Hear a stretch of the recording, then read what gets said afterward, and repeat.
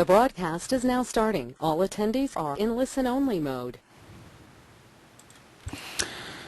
Good afternoon, everybody. Welcome to today's webinar on kind of an introduction to the Library Support Staff Certification Program. The first thing I'd like to do is make sure everyone can hear me. If you can hear me, can you please let me know in the question box? Just go ahead and type in and let me know if I'm coming through loud and clear.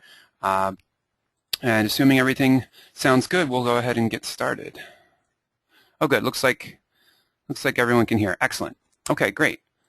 Then we will go ahead. Like I said, today's webinar is kind of an introductory webinar to the Library Support Staff Certification Program, which is a certification program sponsored by the American Library Association and the American Library Association Allied Professional Association.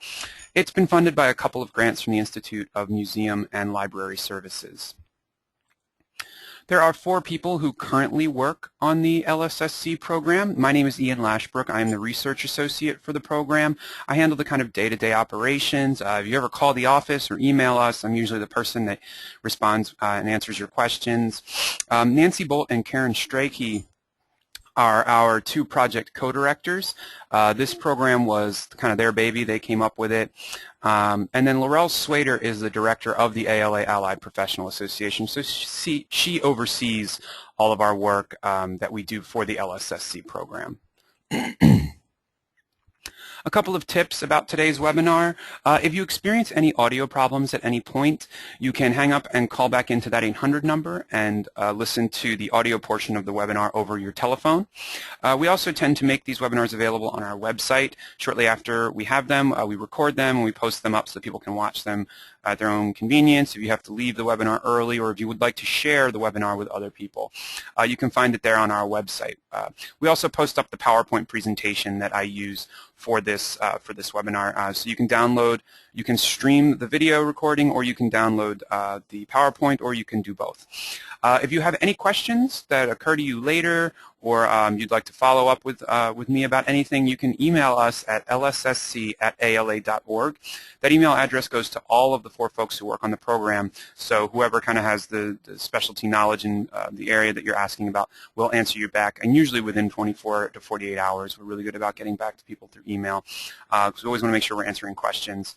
It's a really great way that we gauge that how successful our webinars are, and also what kind of concerns people have regarding the program.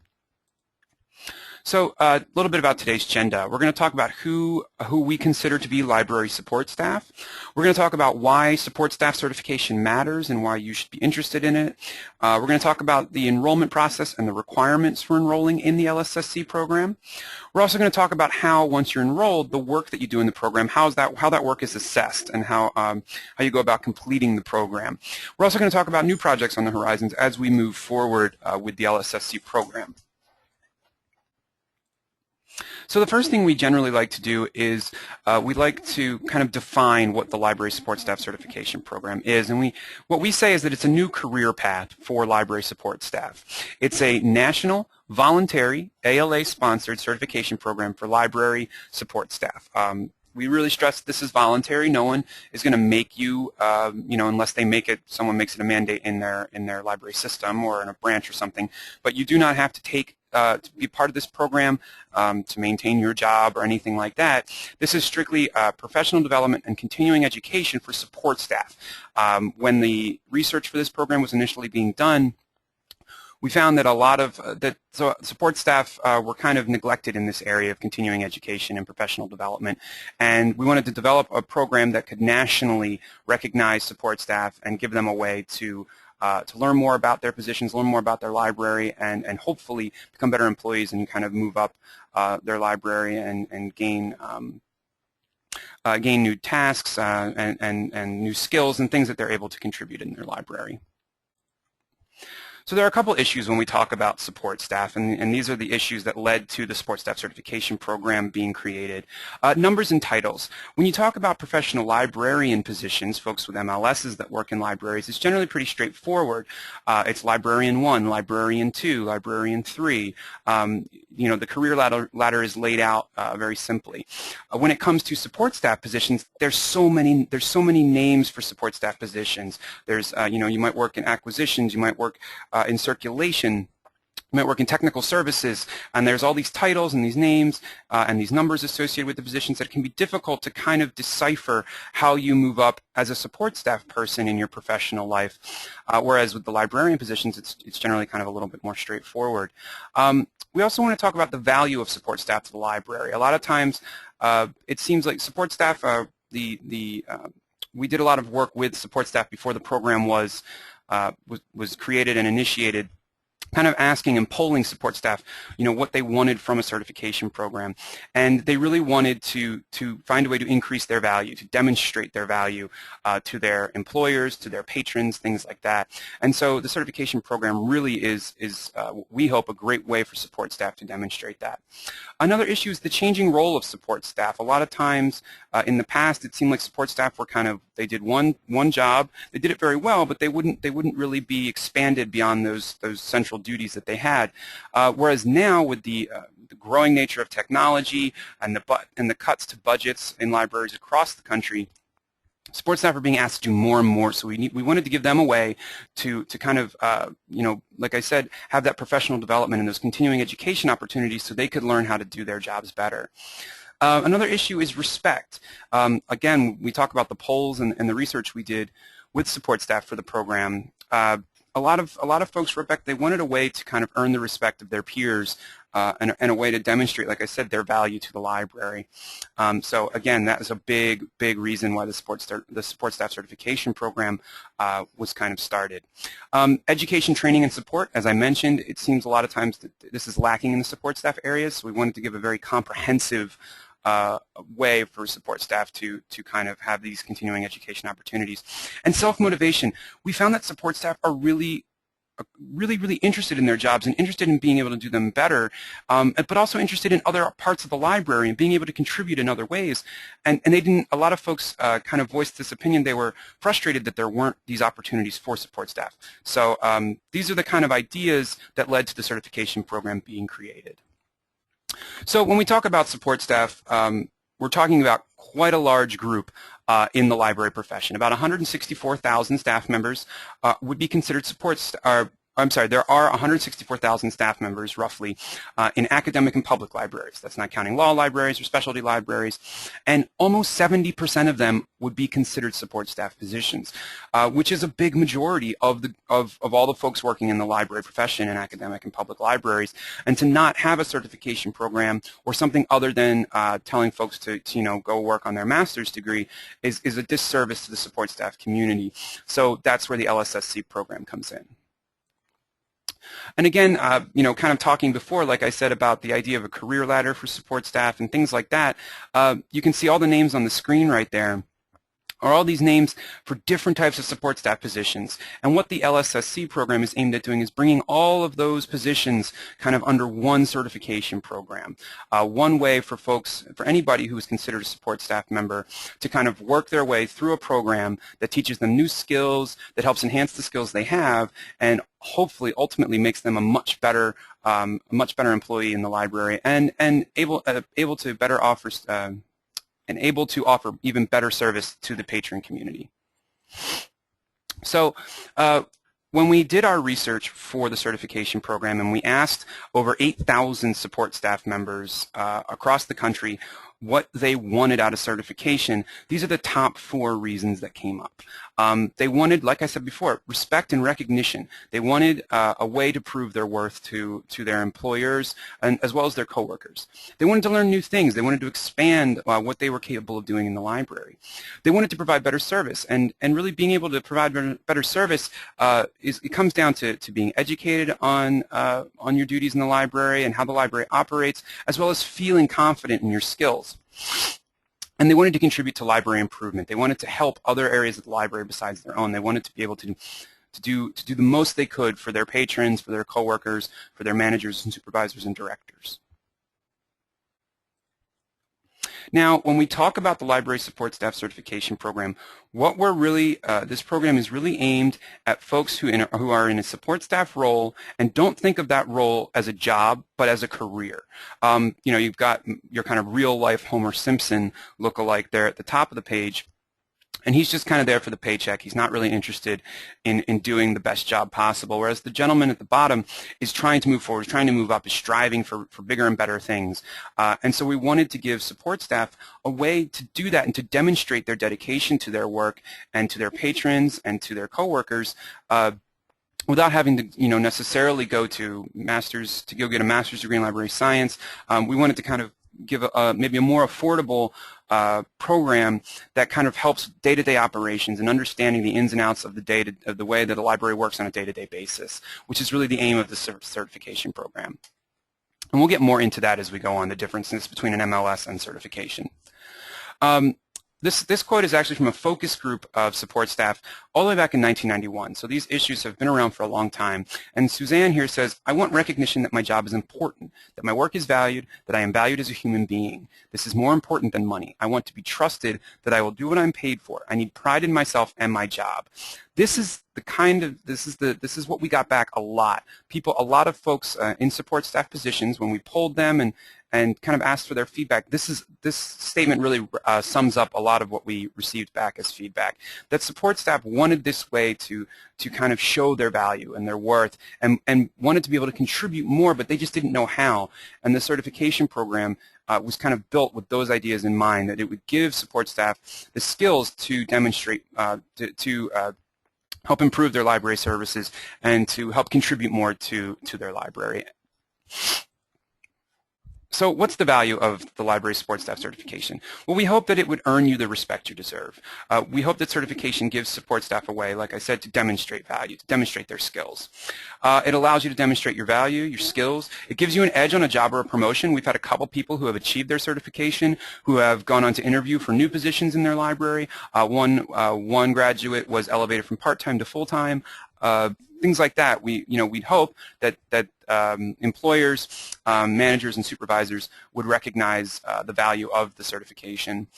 Increased flexibility as a library worker. If you're a manager or a supervisor watching today's webinar, this is the biggest one, I think, especially as budgets are cut, as you kind of make do, especially like weekend shifts and things like that. I worked in public libraries for several years before I came to ALA, and sometimes I was the only person at the library working on a Saturday.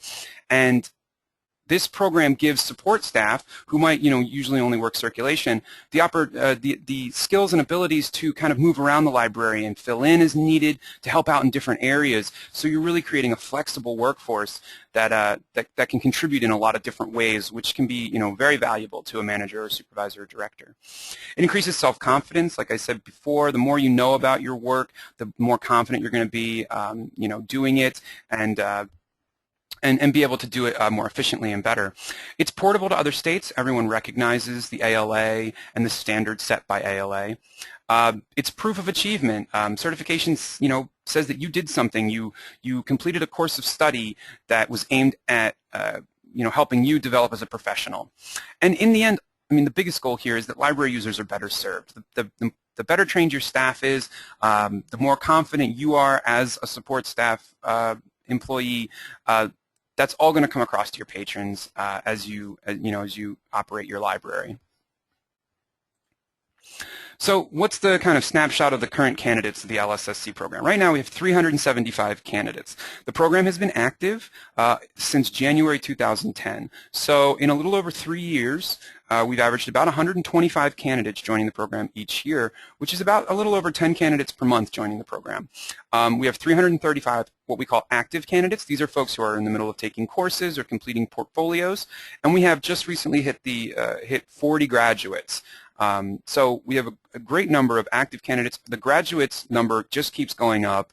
And folks, it seems that people sign up for the program, and then once they take their first class or they complete their first portfolio, they really move quickly through the program. It hasn't, most of the folks that take all courses get through the program in about 1.5 years, although you have 4 years from when you sign up to complete it. But we'll talk a little bit more about that in a bit.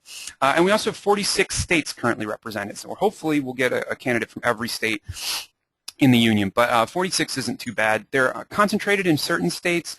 For instance, California is very popular because they offer a lot of professional development funds, as well as cheaper classes to in-state providers that we use there. But we have, 46 states isn't too bad, and the ones that we don't have states in are a little bit more rural, like we don't think we have anyone from Montana or Alaska, things like that. So this is what I was talking about before, a little bit kind of the definition of what competencies are covered in a master's degree in library science versus library support staff certification. When we talk about competencies, we're talking about the skills and the things that you're learning. With a master's degree, it's all about the big picture. It's about the theory and philosophy of the library as a profession, as a service. It's about research and evaluation, understanding your community demographics, planning policies, also doing strategic planning and service development, all these things that are kind of big picture that are meant to be plans for 5, 10, 15 years down the road. And it's only accessible via library school, and almost any position that's a professional librarian position in a library is going to require that you have a master's degree in library science from an ALA accredited university or school. When it comes to support staff certification, it's more focused. It's focused on your day-to-day activities in the library. It's practical knowledge. It's operational knowledge. It's the things that you need to know and the things you need to be able to do to run your library that day. We covered 10 competency sets in the support staff certification program. We'll talk a little bit more about those coming up. Everyone is required to cover the 3 required ones, and then you pick 3 electives out of the remaining 7, and it's available through approved courses as well as the independent learning option, which is portfolios. So kind of how the nuts and bolts of the certification program works. Eligibility. In order to be eligible for the program, you need to have a high school diploma or a GED. You also need to have 1 year of library experience, paid or unpaid. Now, what that means is 1,820 hours. That's 1 year of full-time library work or volunteer. But that time can be spread out over 5 years. So if you've been volunteering as a page at your library for a couple of years, doing 10, 15 hours a week, you probably have amassed that amount of time. If you work part-time in your, the youth services department or the children's department of your local library, and you've been there for 2 or 3 years, you probably have hit the amount that you need. You need to have had 1,820 hours collectively over a 5-year span in order to be accepted in the program. Now, the reason that we have this requirement is that the courses that you take and the way the portfolio materials are laid out assume a basic working knowledge of libraries, so that you understand how a library tends to be kind of separated when it comes to the adult services portion, the reference desk, circulation, children's area, things like that. You also understand basic library terminology, which you tend to pick up just being on the job and working in a library.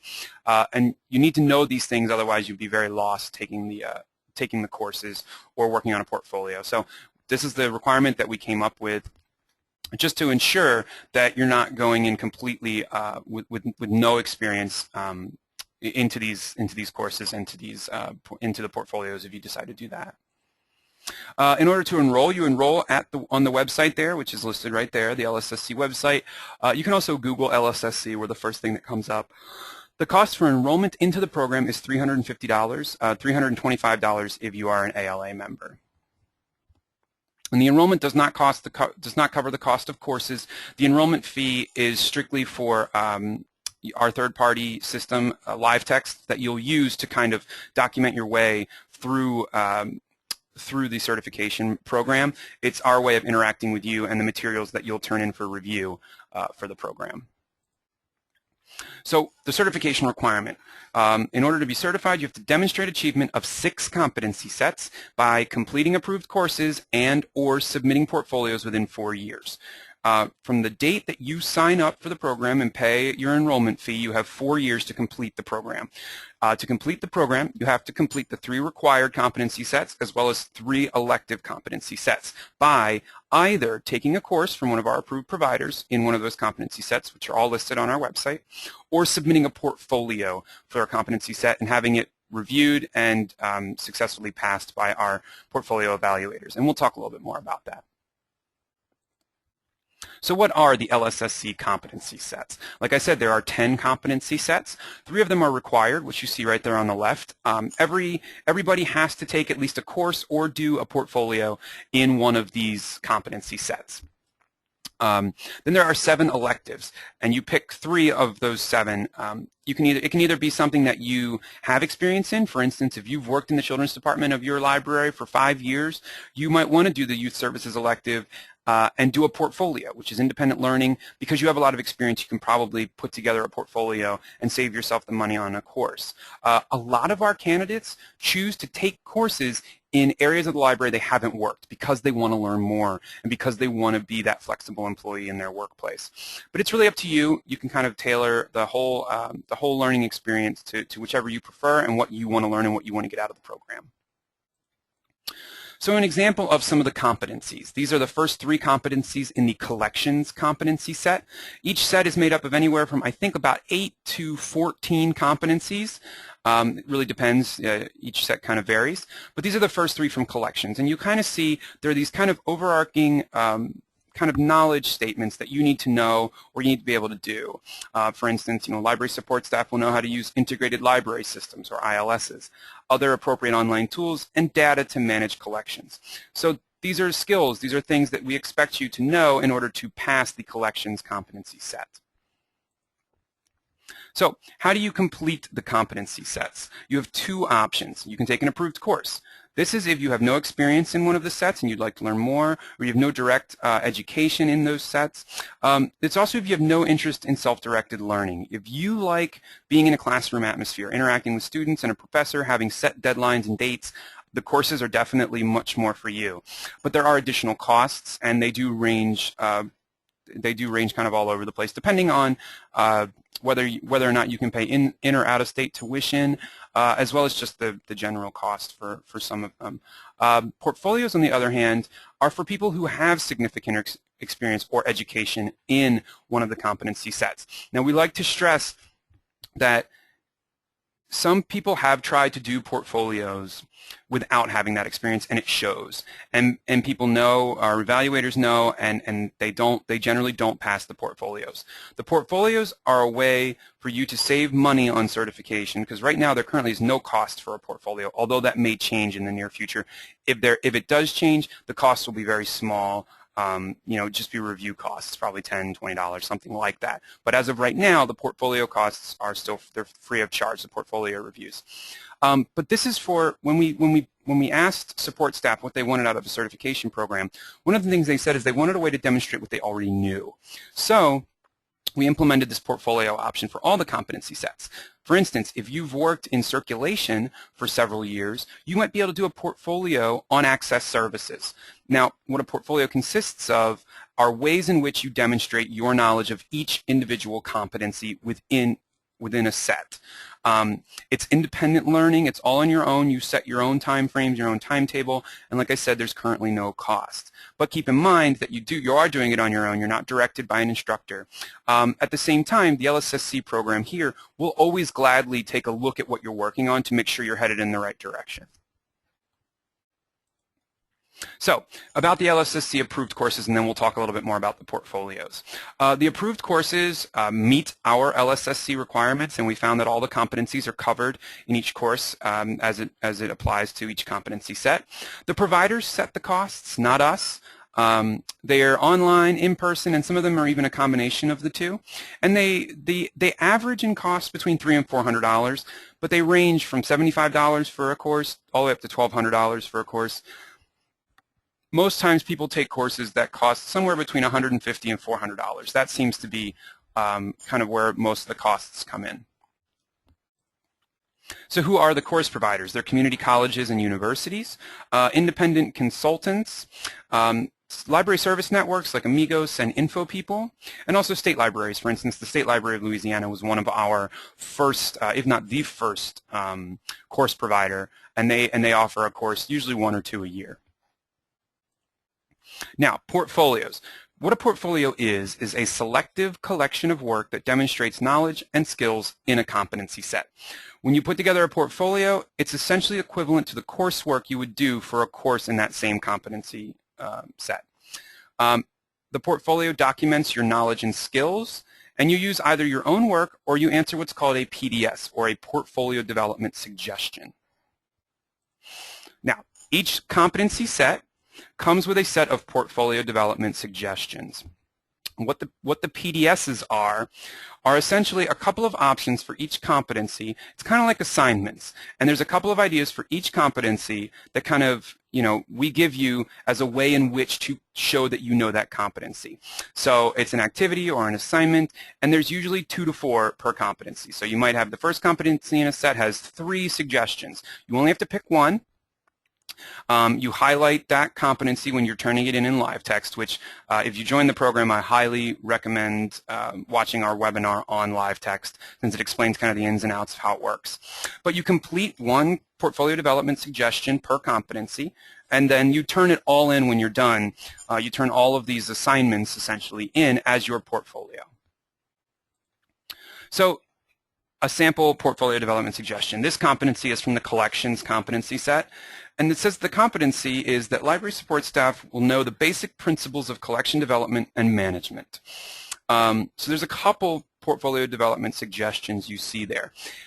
If you see one, if you don't see one that strikes your fancy, you can always do something on your own. Maybe you've done something in the past that you think matches up with a competency. That's perfectly fine. We've had some portfolios that were passed, and they have very little work in terms of writing and the PDSs because someone had done website work. I think it was for technology or something. They had done website work, or they had created pamphlets, reader's advisory materials. They had kind of professional artifacts that helped demonstrate they knew the competency. But if you're trying to do a portfolio and you're just not sure what lines up, you can do one of the portfolio development suggestions. And like I said, you can always email us and ask for kind of an informal review and send us what you're working on, and we can tell you, if it looks right and if you're headed in the right direction. So how are the portfolios evaluated? Okay, so you complete a portfolio. You complete all the PDSs, you've indicated everything, you've put it all in live text, and you submit it to us for review. That portfolio is sent out to 2 evaluators that have a master's degree in library science and I think it's 5 years of experience in the specific area that the competency set that the portfolio is addressing. As the evaluators read through the competencies and the attached work for each one, they have 3 options. They can either say a competency was met, which is great. They can say it's partially met, which means, it was good, but there's some holes, it's missing some information. Or they could say it's not met, which is, the person doesn't understand this, they need to work on it. As long as you reach 70% of the competencies as met and 30% as partially met, you pass that competency set. If the 2 portfolio evaluators disagree a lot on their assessments, a 3rd portfolio evaluator is brought in to kind of break the tie. You cannot have any competencies go as not met. So if anything comes back as not met, you have to resubmit the portfolio after doing some work. Now, the evaluators will give you notes and explain to you what they think is wrong and what they'd like to see and ways you can improve your portfolio. You do have one chance to resubmit a portfolio with extra work and have it reevaluated again. If that second time comes back and it's still not passed, the evaluators will suggest that you take a course instead of trying to do a portfolio. But that's how the portfolios are evaluated. You have 2 blind portfolio evaluators. They don't know, they don't know who has portfolios being sent to them. And then when it's sent back, they, like I said, they grade them kind of on these met, partially met, and not met scale. And as long as you hit that 70-30 ratio of 70% met and 30% partially met, and none of them not met, you will pass the competency set. Library managers, supervisors, you can really help if you have someone in your library that's interested in this program or has joined this program. Recognize them. Let people know that you have a support staff member who's working on professional development and continuing education. If you have money for professional development in your budget, it's great if you can help with registration fees and course fees. That's the one thing that a lot of our candidates really need is help with the cost. And we've also found that a lot of our candidates do receive assistance from their libraries, that once the library sees the amount of work being put in and how it can benefit the library, a lot of directors decide that it's a good investment in the employee. Also some time off. Now we don't mean send them home. We mean time away from their normal day-to-day duties to let them work on assignments, since most of the assignments will take place in the library. Most of the portfolio development suggestions, if they're doing a portfolio, will take place in the library. So to be on the clock and be able to kind of interact with the library and learn new things is a great asset for you as a manager or a supervisor, but it's also a little easier on the support staff person since they're already there. But yeah, giving them some time to interact with their library and work on assignments and away from their normal duties is a great help to candidates. Some other ideas: help with assignments. Some of the assignments will have a candidate shadow a director or shadow a manager or supervisor. So be available for things like that. Be available to help with terminology or an assignment that a candidate is a little stuck on. Inform higher-ups. Let other people know that you have candidates working in this program. If you're a manager, tell your director that there is a candidate working on their library support staff certification. Recognize the accomplishments. If you have a newsletter for your library, great. If you have a website, publicize that somebody has worked hard and completed the program. That's really a lot of the support staff that we've reached out to during our research for this program said that that's the big thing they wanted. They wanted recognition. They wanted respect. So if they work their way through it, recognize that they've really put some time into something. Add responsibility and skills as skills and knowledge increase. This is great. A lot of folks in the program have reported to us that as they take a class in, say, technology or access services, they've been telling their managers and supervisors about the work they're doing, and the managers and supervisors have helped them kind of get some on-the-job experience by expanding their responsibilities, which is, great for the confidence of a worker. It's great for morale and things like that to have someone who, as they're learning, is also getting real-time experience with some of the things they're learning. Somebody had a question that is the LSSC program open to any library assistant, such as those in museum or special libraries, or is this for academic and public libraries only? No, it's absolutely open for folks working in museums or special libraries. Museums, it can be a little iffy, especially when you're getting the requirement for the experience on the job, but you can always email us, and we have made exceptions in the past if it makes sense. But yes, this is the skills that our providers teach and the competencies that you're covering are applicable across the board in libraries. Another thing that we work on a lot at the LSSC program is LTA recognition agreements. Now, LTA stands for Library Technical Assistant. There are LTA programs throughout the country, about 50 or so of them, and we reached out to all of them, and what we wanted to do was try to figure out if what they were teaching in an LTA program, which is generally a 2-year associate's degree, we were trying to figure out if what they covered in their library courses matched up with our competency sets. And in a lot of cases they do, or they were very close. And when we told these LTA programs that we could reach an agreement with them in which their graduates or folks enrolled in their program could also be immediately eligible for certification upon graduation from their LTA program, and all they'd have to pay is the enrollment fee, a lot of programs responded very positively. It was a way for them. Now, MLS programs, they have to be accredited by the accreditation department of ALA.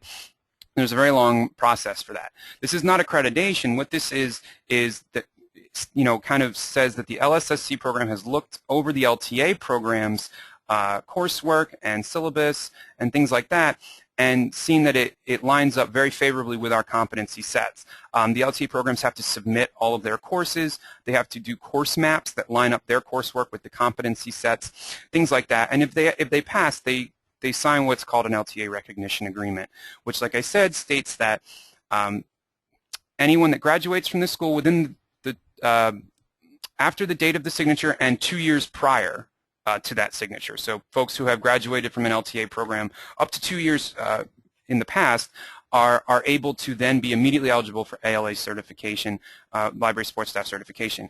And this is important because an LTA program sometimes is a very local kind of thing. They teach skills and they're recognized in their state or locally, but if someone moves across the country or something, they're not always, an employer isn't always aware of the coursework that's covered in an LTA program from another state. The ALA certification, on the other hand, kind of says, you know, ALA is a nationally recognized body and has a kind of a nationally recognized standard.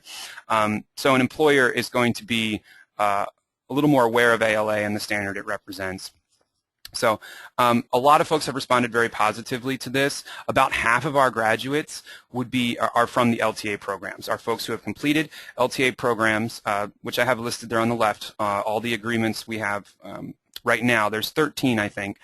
And then we have several that are in the process of being approved. About half of our graduates are folks who have signed up for certification because they completed the LTA program at one of these institutions that we have an agreement with. So what are the next steps for the Library Support Staff Certification Program? The next big thing is evaluation. Our grant period ends this June, although I think we're trying to get an extension through next June to kind of bolster the program and continue to grow it, since it is still growing very rapidly. That once that grant period is over, and in the next year or so, we're going to be doing a very, very in-depth evaluation of the program, where we have to ask questions like, does LSSC make a difference in user services? Did it make a difference in individuals? Did it affect libraries at all? And I think the answer to those questions will definitely be yes. We've had so much great feedback from our candidates. Our graduates have done some great things, have gotten promotions, or have moved on to new positions at other libraries, and their certification helped them, you know, get jobs. But the evaluation is going to be very important moving forward past the grant period, as ALA kind of takes over, you know, completely running and funding the certification program. A couple of things from our candidates. About a little over a year ago, we did a really big survey with all the candidates currently in the program at the time, and this is what they had to say, and a lot of it was really good. 80% of the respondents named specific ways in which their participation in the LSSC program improved their abilities. That's great. That means that right away they were learning something they could apply to their day-to-day work. They said moral support from managers and employers was very highly valued. The folks that had that support were just really happy with it, and felt like they were really, you know, doing something positive and something that really helped their professional career. Many of the libraries in which candidates currently work have been providing financial assistance, as well as time away from work duties to work on LSSC materials and coursework. This is, like I said, it seems that a lot of libraries want the candidate to kind of make the initial investment in themselves, and then as they see what they're learning and the amount of work that's going into it, decide that it's a good investment for the library to help that candidate kind of work their way through the program, since there is some financial investment involved. So, you know, it all kind of really boils down to, especially in this introductory webinar, why should you be interested in library support staff certification, or why should you be interested in it for your employees? And this quote from one of the candidates in the survey last year really, I think, sums it up really well. My work towards certification helped me to compare and contrast the principles of our profession with the realities I've observed in over 15 years of library work. Many of my professional perceptions were confirmed, which made me more confident in my skills and knowledge of the field. Some of my professional perceptions were challenged, allowing me to think about my opinions and responsibilities in a new light. And I think that's great. The program is aimed at really bolstering the skills that you've already developed by working in a library or volunteering, while also helping to enhance your skills, as well as teaching you new ones so that you can contribute in a much bigger way to your library. At this point, we'll take any questions if you have any questions. Again, here's all of our contact information. You can like us on Facebook and follow us on Twitter for announcements and things. The website is a great tool. It was recently redesigned. There's a lot of information up there. The program email is listed right there. Karen Strachey and Nancy Bolt, like I said, are the project directors. You can always email them if you'd like directly, or you can email me directly, or just lssc@ala.org. If you just want to send an email to all of us. But are there any questions at this time?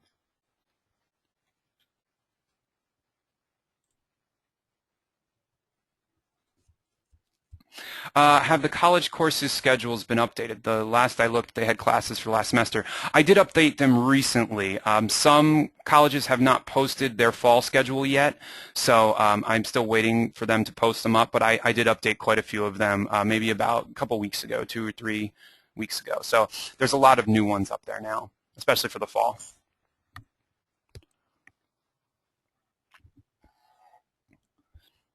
Can we watch this slideshow online? Yes. Let me show you where you can find all of the information online. So if you go to our website, which is ala-apa.org/LSSC, or if you search Google for LSSC, we're the first thing that comes up. This is our newly redesigned website. This only went live about a week or two ago. If you go down on the pages side here on the left, you'll see something that says Webinars and Presentations. You click on Webinars and Presentations. We have all of our upcoming webinars, and there are some really good ones coming up. We actually have one tomorrow at noon called Conversations with Graduates, in which we're going to have 2 graduates who have completed the program with us on the webinar to answer questions directly. If you're really interested in the program but you're a little hesitant, I would really recommend signing up for the webinar or coming back and watching the recording of it, because you get to hear it straight from a candidate who's completed the program, and I think that obviously can be really important. There's also another webinar on April 29th on how to prepare a portfolio. If you're interested in the portfolio option, I recommend this too, so you can get a sense of how much work really goes into the portfolios. But on this Webinars and Presentations page, if you just keep scrolling down, you get to the bottom where it says Archived Webinars and Presentations. These are all streaming videos that you can watch, and then we have the accompanying PowerPoint presentation that's used, and you can download that, and you can just go there and watch them and download them. You can also go to our YouTube website for kind of quick information on live text. If you end up joining the program and you're interested in tutorials about how to use live text, we have short kind of tutorial videos on our YouTube page as well. Are there any other questions?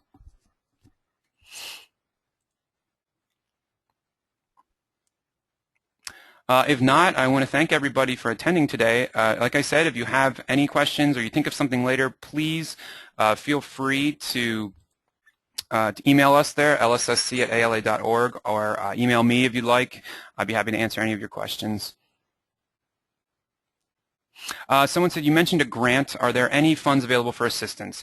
There have been in the past. We recently finished the last round of financial assistance we'll be giving for some time. We've done a lot of initiatives. We've done course subsidies. We've also done help with enrollment fees, but currently there are not going to be any more financial assistance opportunities. Are there any other questions?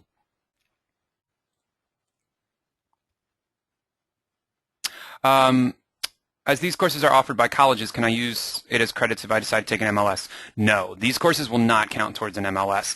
These courses that are offered by community colleges and universities are part of LTA programs, which are associate's degrees. The MLS, the master's degree, start at a much higher level. These courses will not be able to be applied towards a master's degree. Which is why we do stress this program is not for folks who are interested in getting a master's degree. If you want to get a master's degree, that's great.